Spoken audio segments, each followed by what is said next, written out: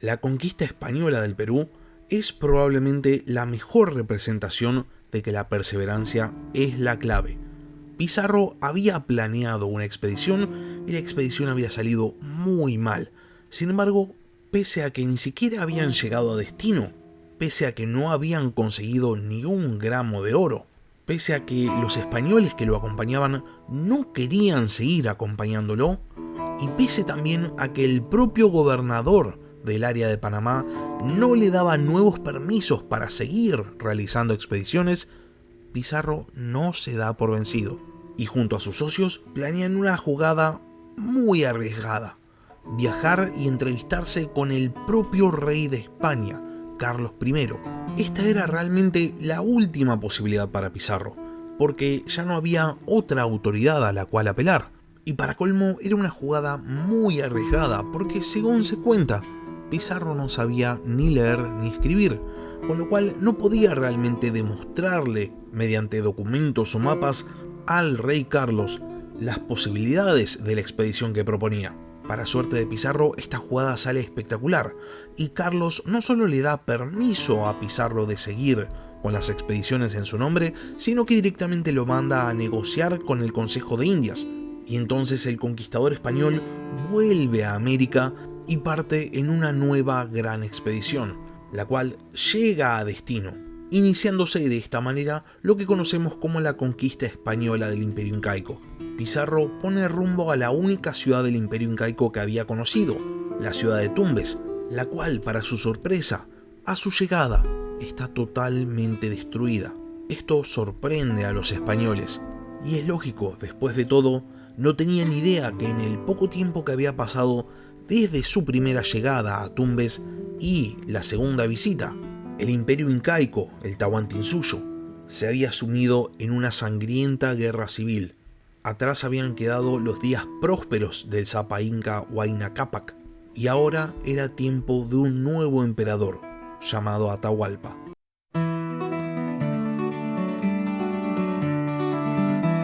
Hola a todos, sean bienvenidos al podcast de historia La Barba Roja de Barba Roja.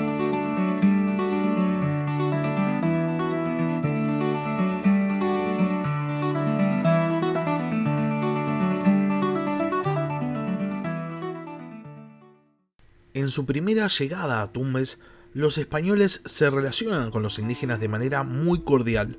Después de todo, no solo era el primer contacto a gran escala entre españoles e incas, sino que también, a su vez, los españoles estaban tanteando el terreno y los habitantes de la ciudad estaban intentando conocer a aquellos extraños visitantes. Por este motivo hay intercambio de regalos e inclusive hay un español que decide quedarse en la ciudad. Ahora bien, la segunda vez que los españoles llegan a Tumbes, la situación es totalmente opuesta. Ya no hay más trato cordial, sino que por otro lado hay hostilidad desde el primer momento. Podrían imaginarse que esto agarra por sorpresa a Pizarro, pero realmente no. Los españoles, antes de llegar a Tumbes, habían pasado por la isla de Puná, donde también habían vivido una situación hostil.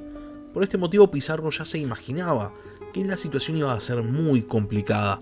Lo que no sabía era por qué. ¿Qué era lo que había cambiado en el Tahuantinsuyo como para que ahora los españoles fuesen mal recibidos? Esto Pizarro todavía no lo sabía, pero lo que había cambiado era la cabeza del gobierno, literalmente el Zapa Inca, el emperador. Huayna Cápac había muerto y su heredero designado también, y entonces se había producido una guerra civil entre dos hermanos, Huáscar y Atahualpa. Huáscar había logrado ocupar las plazas más fuertes y ricas del Tahuantinsuyo, mientras que Atahualpa había hecho del norte del imperio su fortaleza. De este choque dinástico, el que va a emerger como gran ganador y como nuevo emperador es Atahualpa, quien, para mala suerte de los españoles, se encontraba con su ejército muy cerca de Tumbes. Ahora bien, mientras tanto, los españoles ignoraban quién era el gobernante del imperio y dónde se encontraba. La única información de la cual se entera Pizarro en su estancia en Tumbes es el hecho de que Tumbes era una ciudad periférica apartada dentro del imperio, y que el verdadero centro de poder era la poderosa ciudad de Cusco. Pizarro entonces entiende que quedarse en esa ciudad en ruinas no tenía el más mínimo sentido y entonces decide proseguir con la marcha y llega a la ciudad de Poechos, a la cual va a transformar en su base de operaciones. El curaca de Poechos va a recibir de buen grado a los españoles e inclusive va a otorgar a Pizarro a su propio sobrino, el cual va a ser bautizado como Martinillo y se va a transformar en el intérprete de la expedición. No es casualidad que el curaca de Poechos recibiera a Pizarro de buena manera. Muchos de los curacas de la zona veían a los españoles como potencial liberadores, porque la guerra civil había devastado sus tierras y Atahualpa se había mostrado como un gobernante implacable. De hecho, a la propia ciudad de Poechos van a empezar a llegar curacas que van a jurar lealtad a los españoles.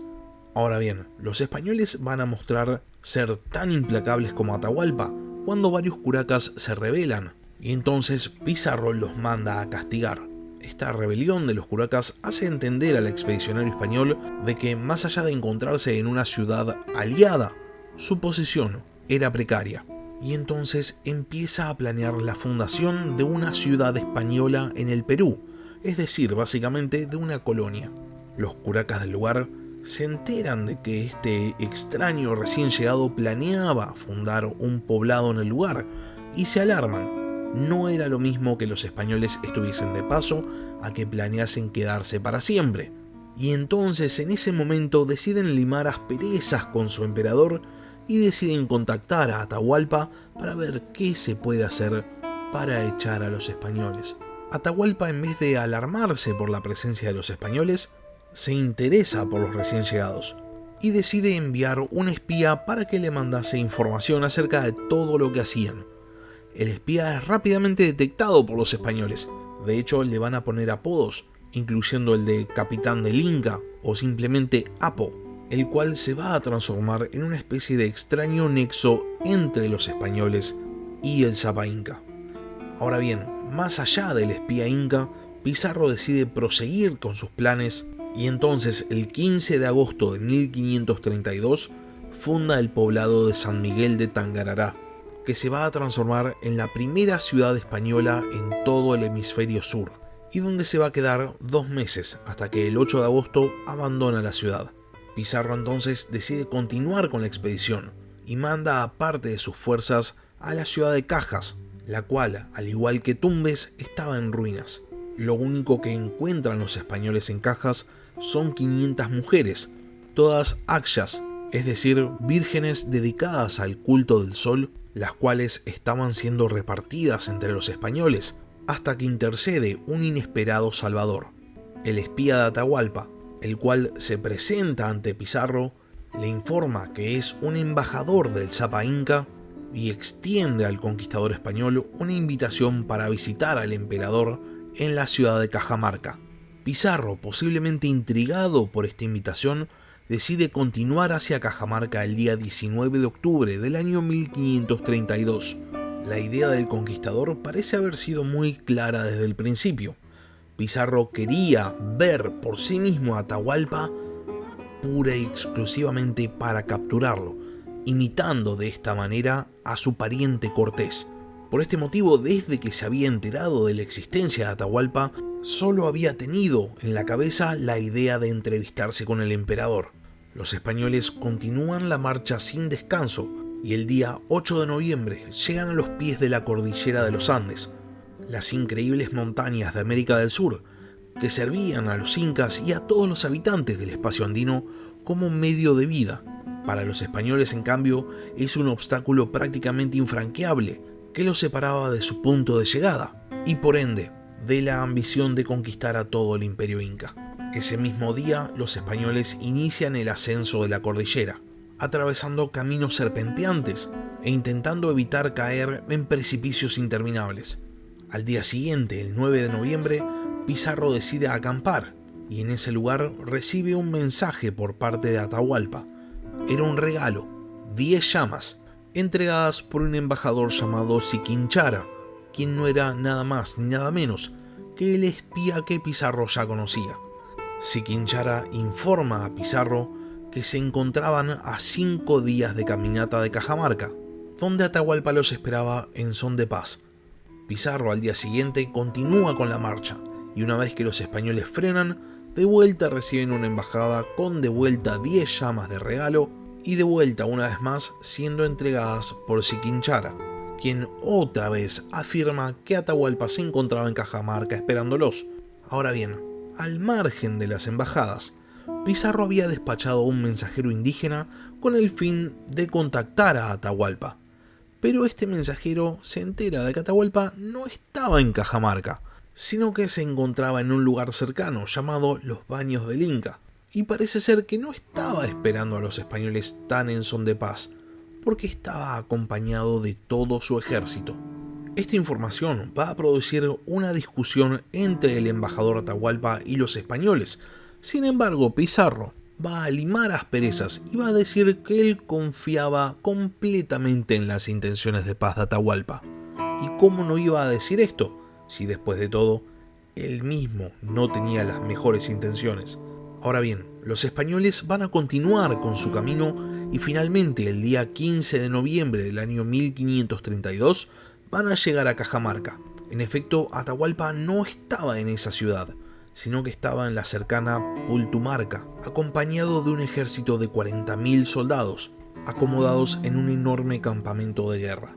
Tan extenso era el ejército de Atahualpa, que los españoles podían contemplarlo desde Cajamarca, como nos revela el siguiente fragmento de una crónica de la época. Y eran tantas las tiendas, que cierto nos puso harto espanto, porque no pensamos que indios pudieran tener tan soberbia estancia, ni tantas tiendas, ni tan a punto, lo cual hasta allí en las Indias nunca se vio, que nos causó a todos los españoles harta confusión y temor. Pizarro había llegado hasta Cajamarca con menos de 200 españoles, mientras que enfrente tenía al ejército completo del mayor imperio de la época precolombina. Sin embargo, los españoles no se van a dejar impresionar, y Pizarro va a enviar a parte de sus fuerzas a entrevistarse con Atahualpa, exigiéndole concurrir a Cajamarca como había prometido. Atahualpa, mostrándose prácticamente entretenido, va a aceptar la petición de Pizarro y se ofrece a ir al día siguiente a entrevistarse con el conquistador. Esta información es lo que Pizarro estaba esperando, y entonces empieza a idear un plan para hacer una recepción adecuada al Zapa Inca. Atahualpa efectivamente al día siguiente viaja hacia Cajamarca acompañado de 7.000 guerreros y entra a la ciudad. Quien va a recibir al Zapa Inca es el sacerdote Vicente de Valverde, el cual, Biblia en mano, va a exigir al monarca inca que se convierta al catolicismo y jure lealtad al rey de España. Valverde extiende la Biblia a Atahualpa y el Zapa Inca responde tomándola y tirándola al suelo y procede a realizar su exigencia. Atahualpa exige a los españoles que devuelvan todo el oro y todas las piedras preciosas que se habían robado, y si no lo hacían, iban a ser asesinados. Valverde, indignado, se retira y va a decirle a Pizarro que el Zapa Inca había tirado la Biblia al suelo, y entonces el conquistador sabe que es el momento adecuado y pone en marcha su plan. Pedro de Candía dispara su arma y varios españoles hacen sonar sus trompetas. La idea de Pizarro era hacer el mayor ruido posible para alterar lo más posible a los incas, y en el medio de esta vorágine de sonido, Pizarro ordena a su caballería, muy reducida en número, que efectúe una carga sobre el ejército de incas. Parece ser que el Zapa Inca en su soberbia había entrado a Cajamarca con un ejército desarmado. Pensaba que el simple hecho de mostrar la gran cantidad de soldados de los cuales disponía iba a ser suficiente para que los españoles se retiraran sin luchar. Por este motivo, los soldados de Atahualpa no podían hacer nada para defenderse de los caballos españoles, y entonces empiezan a huir, produciéndose una enorme avalancha de personas. De los 7.000 soldados incas que ingresan junto a Atahualpa a la plaza de Cajamarca, 2.000 mueren, y el propio Zapa Inca prácticamente pierde la vida, pero quien intercede para salvarlo es el propio Pizarro, que necesitaba a Atahualpa con vida.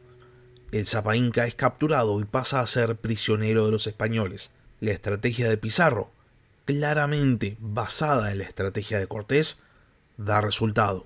A partir de este momento, los españoles controlan de facto el imperio incaico, usando como base la ciudad de Cajamarca.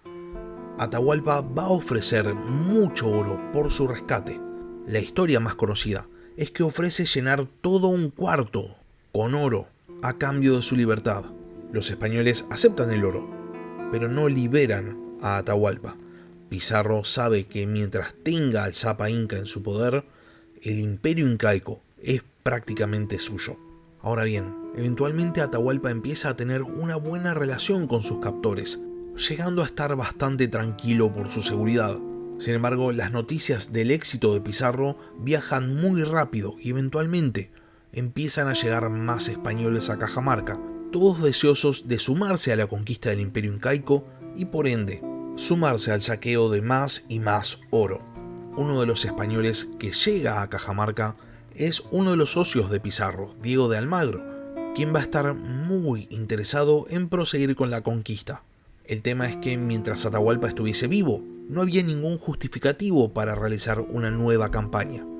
Y entonces Pizarro, que en un principio se había opuesto a la idea de matar al Zapa Inca, decide que es tiempo de sacárselo de encima, y después de un proceso muy rápido y de dudosa legitimidad, condena a muerte a Atahualpa. Se cuenta que el Zapa Inca, antes de morir, pide entrevistarse con Pizarro para preguntarle por qué había pasado. Sin embargo, Pizarro le niega esta posibilidad y después lo manda a ahorcar. Con la muerte de Atahualpa, el imperio incaico se quedaba nuevamente sin emperador, y entonces los españoles promueven el ascenso al trono de otro hijo de Huayna Cápac, llamado Túpac Hualpa, quien asciende al trono con la condición de someterse al gobierno de los españoles y aceptar ser vasallo del rey Carlos. La coronación de Túpac Hualpa se hace respetando todas las costumbres, ritos y tradiciones de los incas, como una manera no solo de legitimar su gobierno, sino también de legitimar la presencia de los españoles. Y una vez que Pizarro tiene a un Zapa Inca nombrado por él, que a su vez lo legitima como gobernante de facto del imperio incaico en nombre de Carlos I de España, decide levantar campamento y dirigirse a la capital de los incas, Cusco, donde se suponía que se encontraba la mayor concentración de riquezas en el imperio. Pizarro sabía que mientras el legítimo Zapa Inca, Túpac Hualpa, estuviese con él, Cusco iba a ser suya. El tema es que en el camino, Túpac Hualpa se enferma y repentinamente muere.